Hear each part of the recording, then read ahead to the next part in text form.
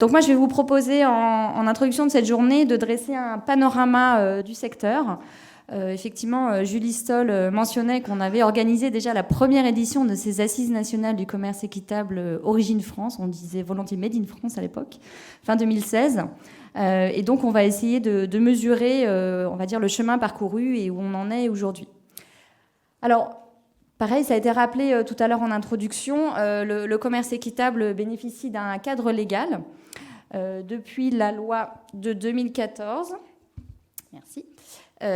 Donc la loi sur l'économie sociale et solidaire de 2014 qui a donc acté une définition du commerce équitable. Le fait marquant pour notre secteur, c'est que cette définition est universelle, donc quelle que soit l'origine des matières premières. Et donc ça, c'était une nouveauté puisque auparavant, on avait une première définition légale qui restreignait l'usage du terme commerce équitable à des filières internationales. Donc c'est ce qui a permis, on va dire, légalement de pouvoir parler de commerce équitable pour les filières de commerce équitable avec des producteurs et des productrices français. La deuxième chose, c'est que cette loi décline 6 engagements du commerce équitable de manière relativement précise. Et d'ailleurs, il faut savoir qu'on est quasiment le seul pays au monde à avoir une définition légale dans une loi. Donc c'est aussi une spécificité française un peu particulière. Alors, ces 6 principes, on va les revoir ensemble juste pour être sûr qu'on soit bien d'accord sur qu'est-ce que c'est que le commerce équitable finalement, qu'on ait une définition commune nous aussi. Donc le commerce équitable, il s'adresse à des producteurs et des productrices organisés collectivement. Donc on n'est pas dans un système où on va avoir des contractualisations individuelles et donc des producteurs qui vont être organisés dans des structures à gouvernance démocratique. Ensuite, la loi définit les engagements des acheteurs, puisqu'effectivement, le commerce équitable, ça se fait entre 2 entités, une structure vendeuse, donc un collectif de producteurs, et un acheteur qui, sur les filières, va être une entreprise, un distributeur, etc. Donc cet acheteur, il doit s'engager sur un engagement commercial de longue durée pour donner de la visibilité aux producteurs, donc un engagement d'au moins 3 ans, dit la loi. Il doit s'engager aussi sur un prix rémunérateur. Et la loi précise qu'un prix rémunérateur, ça veut dire un prix qui prend en compte un calcul des coûts de production et une négociation équilibrée. C'est là qu'on voit qu'il y a quand même des marges d'interprétation sur la loi, mais donc une négociation équilibrée. L'acheteur doit aussi s'engager sur un montant supplémentaire qui va venir financer des projets collectifs à l'échelle du groupement. Donc ça, c'est ce qu'on appelle le fonds de développement. Donc on en reparlera dans la journée. On a notamment un atelier en début d'après-midi qui va vous donner des exemples concrets sur cette question-là. Et enfin, les filières de commerce équitable sont tracées, doivent être transparentes vis-à-vis des consommateurs. Et dernier point de la loi qui arrive en numéro 6, mais n'est pas un sujet mince, c'est que le commerce équitable, c'est aussi amener les consommateurs à bouger, à changer leur manière de consommer. Donc pour ça, il faut les informer, les sensibiliser et les informer aussi sur des modes de production et de consommation socialement et environnementalement durables. Donc il y a des critères sociaux et environnementaux dans le commerce équitable. Donc voilà, ça c'est la définition sur laquelle on se base. Donc cette définition, elle est sortie en 2014, avec des décrets qui sont sortis en 2015. Donc on est aujourd'hui à plus de 4 ans après la sortie de cette loi. Et je pense qu'on peut dire aujourd'hui que les acteurs économiques des filières agricoles et alimentaires françaises se sont emparés de cet outil du commerce équitable. Et donc je vais vous présenter des chiffres qui illustrent ça, qui illustrent la situation aujourd'hui. Alors, quelques mots sur le périmètre. Voilà, pour produire des chiffres, il faut savoir ce qu'on compte. Ça n'est pas toujours évident. Donc, on a choisi, en tout cas, nous, d'avoir un périmètre assez sécurisé par rapport à l'application de la loi, de ce qu'on connaît bien. Donc, globalement, on inclut les filières qui se sont engagées avec les 3 labels de commerce équitable sur les filières françaises, donc Biopartenaire, Fair for Life, Agriéthique, et 2 démarches d'entreprises d'adhérents historiques de Commerce Équitable France, dont on connaît bien les pratiques, donc la marque Paysan d'ici d'Éthicable et la marque Ensemble, solidaire du producteur au consommateur, mis en œuvre par Biocoop. Donc il se peut qu'il y ait d'autres démarches qui se revendiquent ou communiquent sur le commerce équitable, mais on ne les a pas inclus dans le périmètre pour être vraiment sur quelque chose de sécurisé.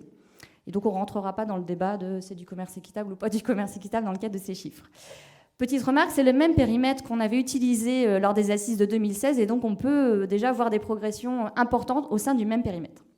Alors, qu'est-ce que ça donne en termes de chiffres? Si on regarde les ventes, donc là, ce sont des chiffres de vente au consommateur final. Donc, on voit des ventes qui ont fortement augmenté. On voit que c'est une dynamique générale. Hein, sur le graphique, vous avez à la fois les produits venant du Sud et les produits français.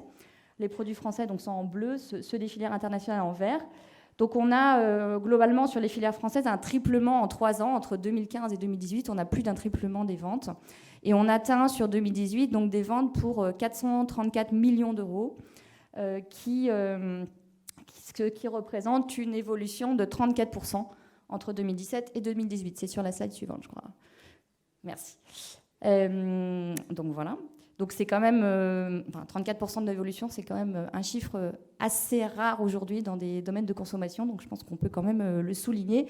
Et on a vu dans le graphe précédent que c'est voilà, une dynamique qui est engagée déjà depuis plusieurs années.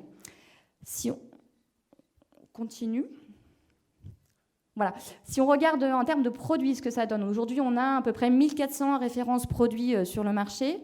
Vous avez pu en voir déjà un certain nombre au moment de la pause d'accueil et dans la petite vitrine qu'on a mise en œuvre avec les produits.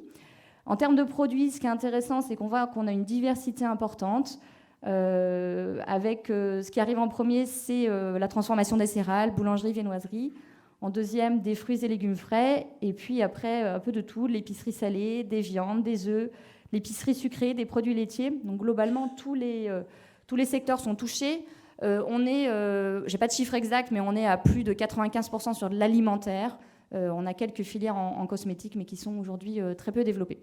Et quant à d'autres secteurs, pour l'instant, on n'a pas, à notre connaissance, de développement à ce stade. Alors, toujours sur les produits, alors, ce qui est à noter, c'est qu'effectivement, on peut les trouver dans différents lieux de distribution. Donc en boutique bio pour 41%, en grande surface 14%, ce qui n'est pas un pourcentage très important hein, par rapport à d'autres chiffres de consommation. Les boulangeries sont un lieu important, donc ça c'est lieu notamment à la démarche développée par Agriéthique avec des boulangeries artisanales, ce qui fait qu'on a une représentation forte de ce type de distribution. Et puis après 1% de diverses. On va rester sur la slide précédente une minute, un point important, c'est la double labellisation équitable et bio. Donc aujourd'hui, en 2018, 47% des produits équitables ont également une certification d'agriculture biologique.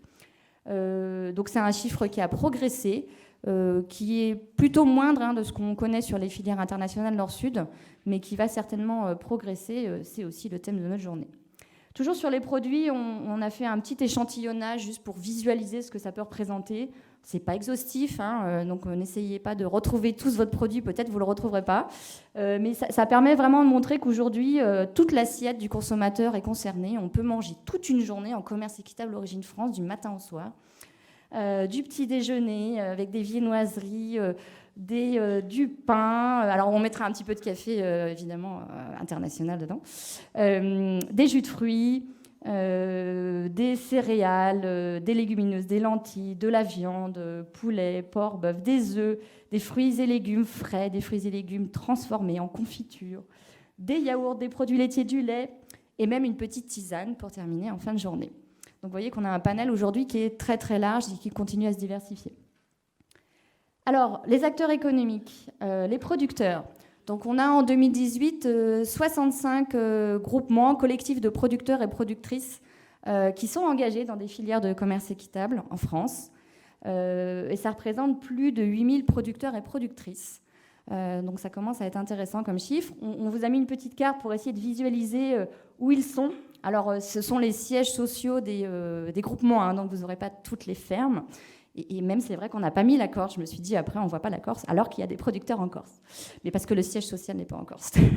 Et donc, vous voyez qu'une grande partie du territoire est concernée, avec effectivement des filières diverses hein, qu'on a vues déjà dans les produits, donc sur des céréales, des produits laitiers, des plantes aromatiques, de l'élevage laitier ou pour la viande. Au niveau des entreprises, aujourd'hui, on a une cinquantaine de marques qui sont engagés aussi dans des filières de commerce équitable. Juste sur les groupements, vous dire aussi qu'on a une diversité importante. On a des groupements qui regroupent quelques producteurs ou productrices, voilà, moins d'une dizaine, jusqu'à des groupements qui regroupent plusieurs milliers de producteurs et productrices. Donc là aussi, on a une diversité intéressante.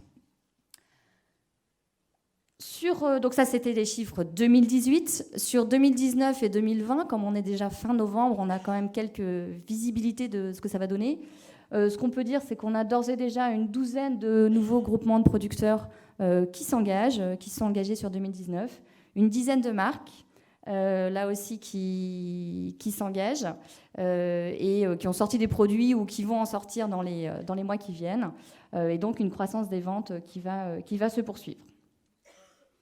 Alors, pour finaliser cet état des lieux, on souhaitait également partager avec vous des enjeux que nous avons commencé à identifier à Commerce Équitable France depuis les dernières assises et qui nous semblent être des enjeux importants pour la structuration de ce secteur. L'état des lieux, c'est aussi voir comment il se structure finalement ce secteur. Donc en tout cas, nous, ce qu'on voit, c'est qu'on a besoin d'un commerce équitable qui soit clair pour les consommateurs. On verra en dernière partie de matinée qu'il y a encore des enjeux sur ce sujet-là. On a besoin effectivement d'une sécurité juridique, légale, pour les acteurs économiques qui s'engagent. Que la règle soit la même pour tous, c'est important. Donc effectivement, encore une fois, là, c'est une histoire de label, une histoire de loi, de réglementation, on va en reparler. Nous, on pense à l'échelle du collectif que le commerce équitable doit générer des impacts en termes de transition écologique. Alors, c'est le thème de la journée, évidemment. Mais en tout cas, on est effectivement à un moment où l'agriculture et l'alimentation a besoin de changer. Et il nous semble essentiel que le commerce équitable participe largement à ce mouvement. Et enfin, le commerce équitable doit s'inscrire aussi dans une démarche de progrès. C'est-à-dire qu'on ne peut pas se satisfaire. D'une part, le secteur global a besoin de changer pour pouvoir amener les impacts à plus d'acteurs. Mais également, chaque acteur doit lui-même s'inscrire dans une démarche de progrès, toucher plus de filières, approfondir ses engagements. Et donc ces enjeux-là déclinent un peu un programme de travail qu'on met en œuvre à l'échelle du collectif depuis un peu plus de 3 ans. Donc d'abord pour promouvoir et accompagner ce changement d'échelle. Donc c'est partager les bonnes pratiques. Donc on a mis en place et on anime un comité national sur le commerce équitable Origine France avec les acteurs investis sur le sujet. On va partager en fait sur les pratiques, les bonnes pratiques. On a défriché des sujets un peu nouveaux parce que quand on est sur des filières internationales au départ, c'est pas toujours pareil que travailler sur les filières françaises. On réalise des documents de référence, on fait réaliser des études d'impact. Vous allez en avoir une qui va vous être présentée un petit peu après. On a aussi une action pour former les acteurs. Beaucoup d'entreprises s'intéressent à cette notion de commerce équitable dans les filières françaises. C'est une bonne nouvelle et donc à notre échelle ou à l'échelle de nos adhérents, on propose aussi de les accompagner pour qu'ils y aillent avec les bons outils et la bonne ambition. Et puis c'est aussi susciter des politiques publiques qui permettent le développement du commerce équitable. Donc on a réussi à faire citer le commerce équitable dans la loi Egalim pour introduire le commerce équitable en restauration collective. Bon, pas à l'échelle qu'on aurait souhaité, mais c'est quand même présent. Et donc ça participe à développer ces filières. Ensuite, un ensemble d'actions pour défendre un commerce équitable qui soit transformateur des pratiques.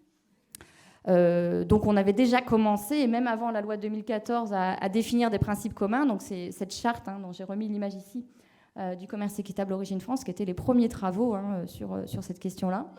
Et puis, effectivement, on accompagne l'émergence de garanties fiables auprès des consommateurs. Donc, vous avez ici le guide des labels du commerce équitable dont vous pouvez avoir quelques exemplaires en toute avant-première, qui va sortir officiellement le 3 décembre. Donc c'est un bébé nous avons travaillé dessus depuis 2 ans et donc qui décortique les engagements des labels du commerce équitable et plus encore montre la différence en fait. Qu'est-ce que ça veut dire le commerce équitable par rapport à d'autres labels de développement durable et pourquoi les consommateurs peuvent essayer de ne pas confondre les deux.